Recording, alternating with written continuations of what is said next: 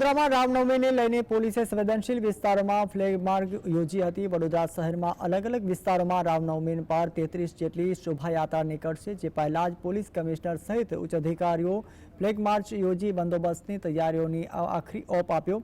શોભાયાત્રા દરમિયાન શહેરના અલગ અલગ વિસ્તારોમાં 2000થી વધુ પોલીસ કર્મીઓ સહિત હોમગાર્ડ અને એસઆરપી અને ટુકડીઓને અલગ અલગ રૂટ પર ગોઠવાશે।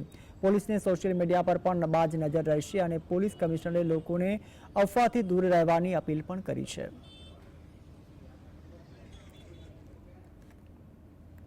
રામનવમી ત્યોહારના નિમિત્તે શહેર પોલીસ દ્વારા કેટલાક પ્રકારના સુરક્ષા વ્યવસ્થાપને કરી દેવામાં આવેલ છે।